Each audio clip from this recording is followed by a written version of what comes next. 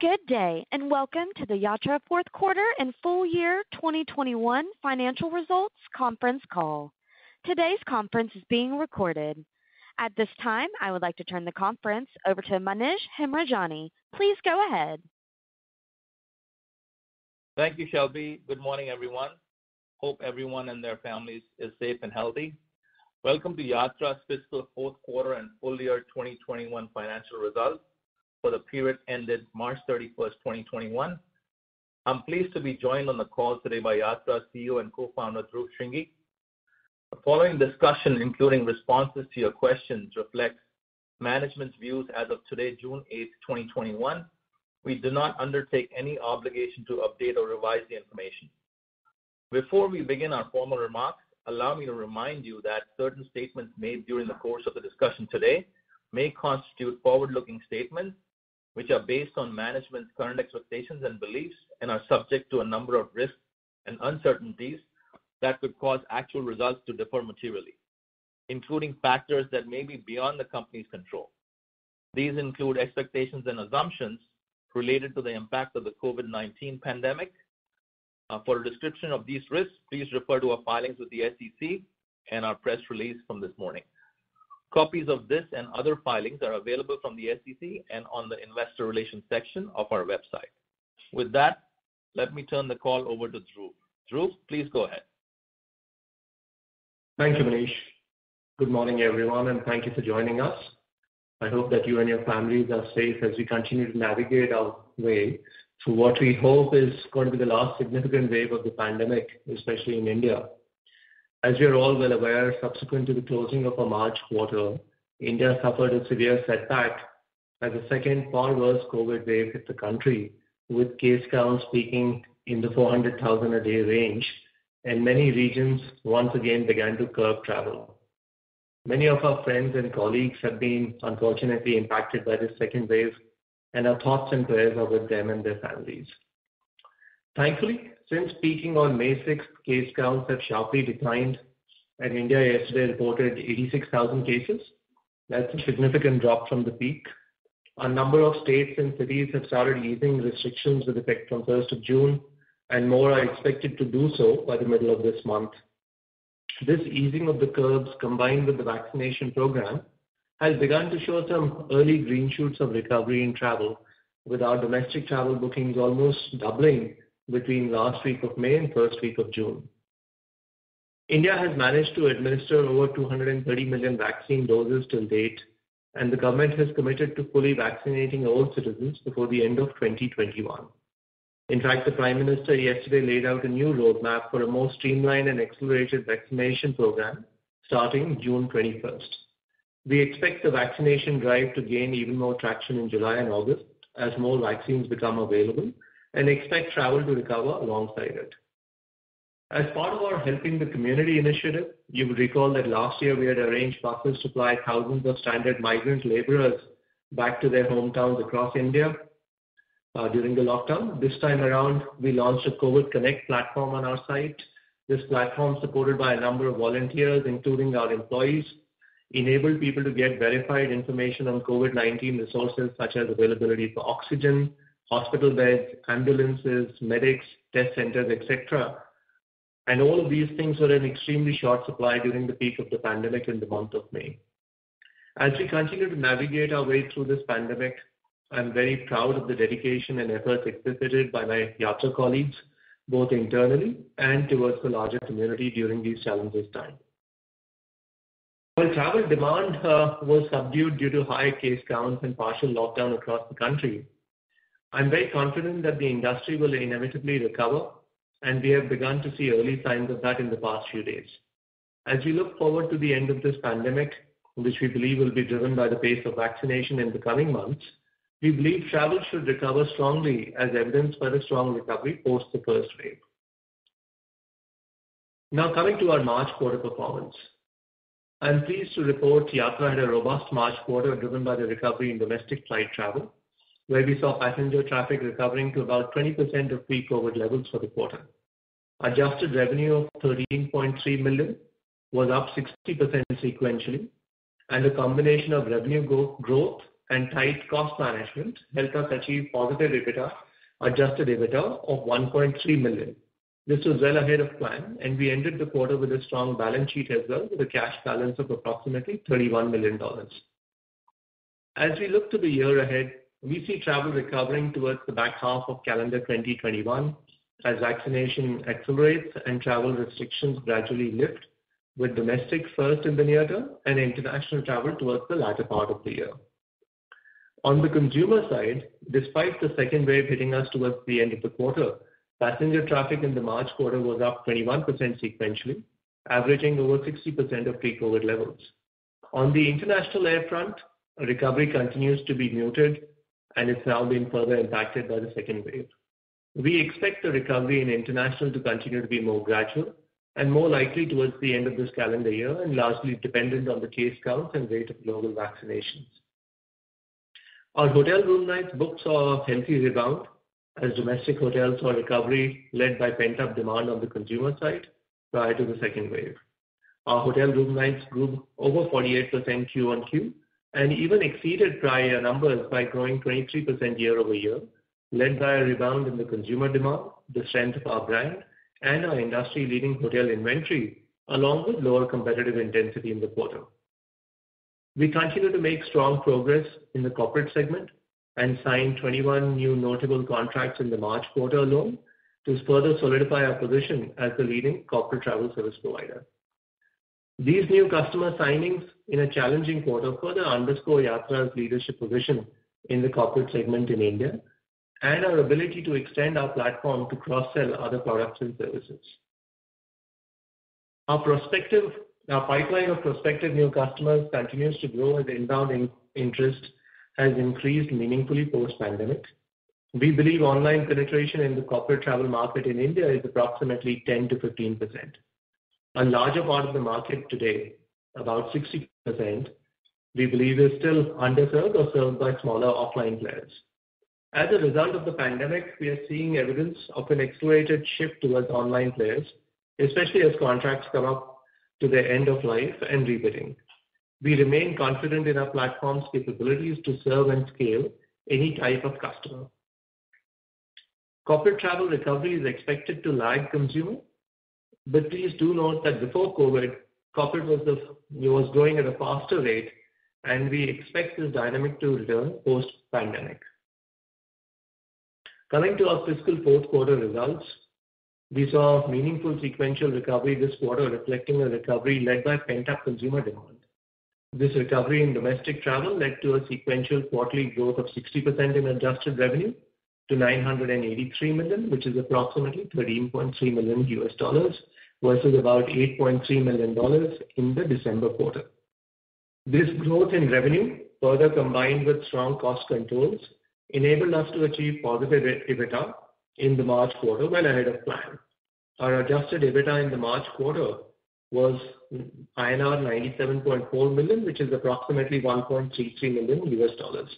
This was a vast improvement from a loss of 36 million INR in the December quarter. We continue to hold our costs to the minimum, and we believe we have adequate liquidity on the balance sheet to weather the second wave and see us back to sustained profitability.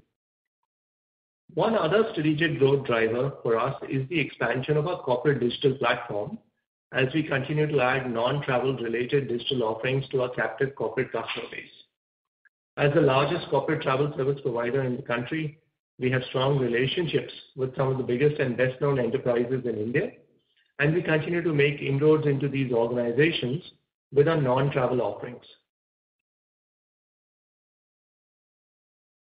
One of our non-travel offerings which has met with a great initial response is our solution for freight management. We are currently offering ocean and air freight booking services to our customers and will be expanding it to include surface transport later in the year. We are seeing very strong demand for this service offering. The freight industry, as some of you might know, is multiple times the size of the travel industry and exhibits similar attributes to what the business travel industry did about a decade ago. The industry is extremely fragmented and has very low levels of technology adoption. We are fortunate to be able to leverage the expertise we have acquired in building our own SaaS platform for corporate travel over the years and the same is being leveraged to build out our freight platform. We believe we have a great opportunity to create a SaaS platform for freight bookings along the lines of our corporate travel platform. Additionally, we are also looking to leverage our existing vendor and corporate relationships on both the supply and demand side for our freight business. Based on our current revenue run rate, we expect our freight business to generate between $1.5 million to $2 million of revenue in fiscal year 22, which we believe should grow to between $4 to $5 million in fiscal year 23. Given the size and scale of the freight industry and its current dynamics, we believe that this is a business which could potentially grow to a similar size and scale of our corporate travel business pre-COVID over the next few years. We currently have a team of over 100 people focused on this, and we will continue to grow this further. We are very excited about this and believe this is a great complementary addition to our platform. As of March 31st, 2021, the balance of cash and cash equivalents and term deposits on our balance sheet was INR 2.26 billion, or approximately $31 million. When we come out of this pandemic, on the back of the secular growth in Indian travel, the acquisition of new corporate customers that we made during the pandemic, our digital platform business that is completely accretive and has the potential to grow to the size of our pre-pandemic corporate travel business in the coming years, we believe we should be on a significantly better revenue growth trajectory. This growth in revenue, combined with the efforts we made during the pandemic to improve operational efficiency, will, we believe, lead to significantly higher levels of profitability and cash flow. I want to thank our shareholders who have stood by Yatra through these trying times. I'm hopeful and honestly believe it's only a matter of time before your patience and understanding is rewarded. I think this concludes our prepared remarks. Let me now hand it back to Manish for Q&A. Thank you. Thank you, Dhruv. Shelby, can you please open up the call for Q&A? Thank you. If you would like to ask a question, please signal by pressing star 1 on your telephone keypad. If you're using a speakerphone, please make sure your mute function is turned off to allow your signal to reach our equipment. Again, please press star 1 to ask a question. We'll pause for just a few moments to allow everyone an opportunity to signal for questions.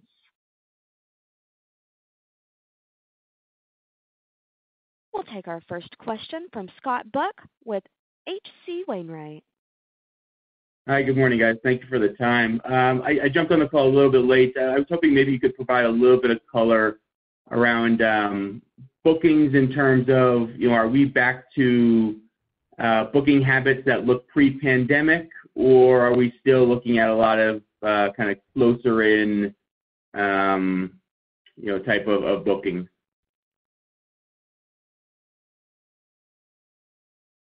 So in terms of bookings, Scott, the fourth quarter obviously saw a very strong recovery in the bookings. We were, sequentially up 62% in terms of revenue Q on Q. So we saw good revenue growth quarter on quarter.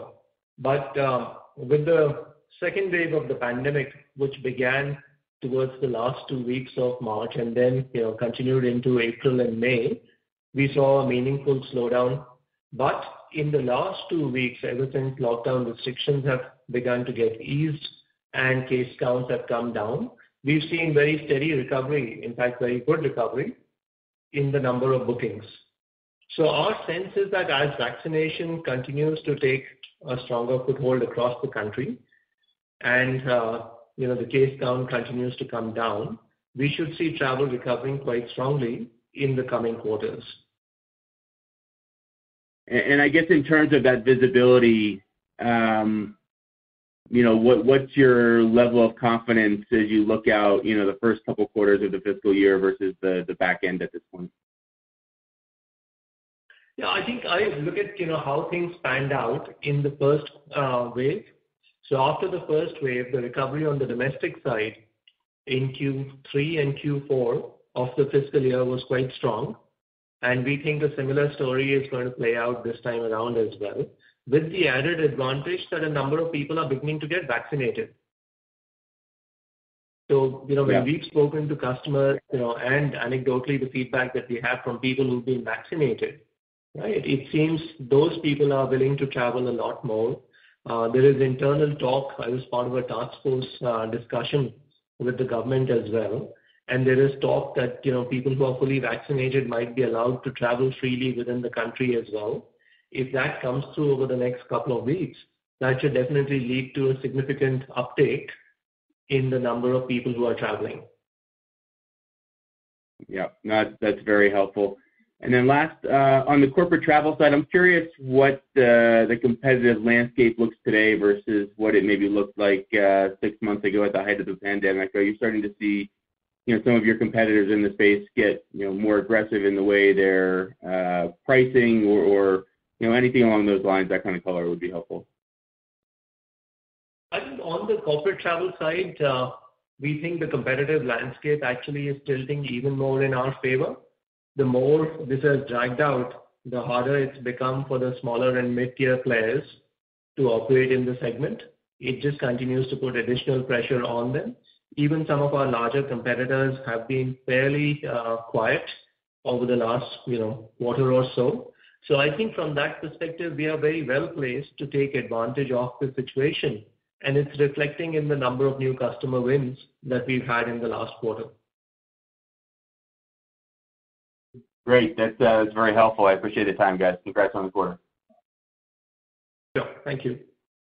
And again, to ask a question, please press star 1. We'll take our next question from Matthew Galinko with Sidoti. Hey, thanks for taking my questions. And I apologize, I dialed in late, so apologize if this is already covered in the prepared remarks. But I'm curious how the changes we saw up recently to fare bands, I think the lower end of the fare bands might impact demand for air travel, and if that will have any influence over the next few quarters for you. Sorry, Matt, I was struggling to hear the question. The voice was getting a bit distorted. Manish, were you able to get the question? No, Matt, can you please repeat that? All right. So we saw some changes to fare bands, I think, for air travel in India announced in the past week. So I'm curious if you see those impacting demand for air travel as, the COVID wave kind of wanes and, air travel starts to recover. Is that going to shift more demand back towards rail or how do you see that shaping up? Sure. I've got it, Matt. So in terms of, the fare band change, which is there now, those are threshold limits which are recommended by the government, but the airlines continue to price, right, in line with where the market demand is.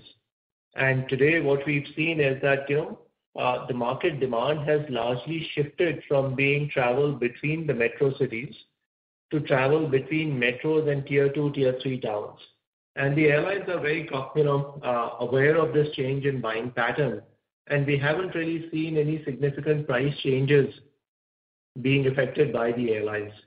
If anything, I feel, prices, and, we've looked at this data, continue to remain soft. And to that extent, we expect demand to recover quickly.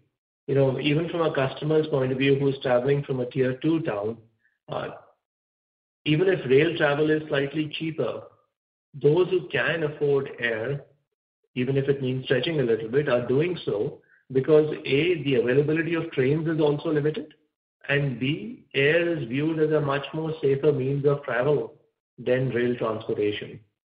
So given that, I think this trend which we've witnessed over the last year or so of increasing amount of traffic originating from tier 2, tier 3 towns, I think that's here to stay. We don't see that reversing anytime, in the near future.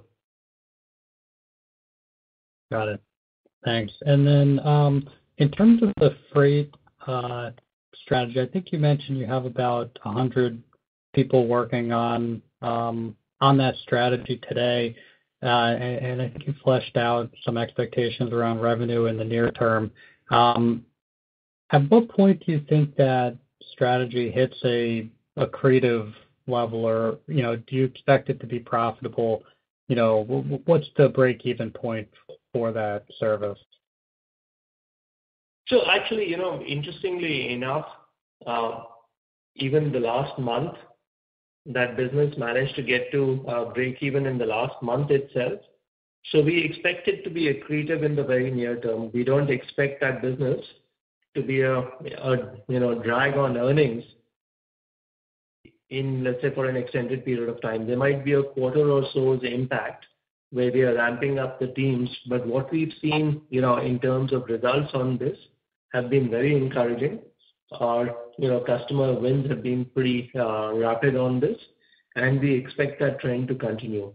So we might see some ramp-up costs coming in, which might impact us for a quarter, because typically it's taking maybe about 2 to 3 months for new sales teams to come in and get fully productive, but that's about it. So I don't see a long gestation period for this. Got it. And last question from me, just, I guess, big picture around the, at least what you saw in Q4 in terms of offline versus online bookings in the market. Do you think that's, heavily skewed online at this point, or how much mix shift is left, in the Indian market? Again, this is, based on discussions with the airlines, but the airlines have seen very significant shift in their booking pattern towards the online players versus the offline players. Now, obviously, corporate travel is at a very low ebb, right? So that is contributing to a part of that reason. But stripping aside the corporate travel as well, the airlines have seen a very meaningful and, more than a double-digit shift towards the online players. Got it. Thank you. Sure. Thanks, Matt. We have no more questions in the queue at this time. That concludes today's question and answer session. Speakers, at this time, I will turn the conference back over to you for any additional or closing remarks. Thanks, Shelby. Thank you for joining the call today. You're, as always, available over the phone and email. Please feel free to reach out to us. Thank you. Thank you. Stay safe, everyone. Thank you. This concludes today's call. Thank you for your participation. You may now disconnect.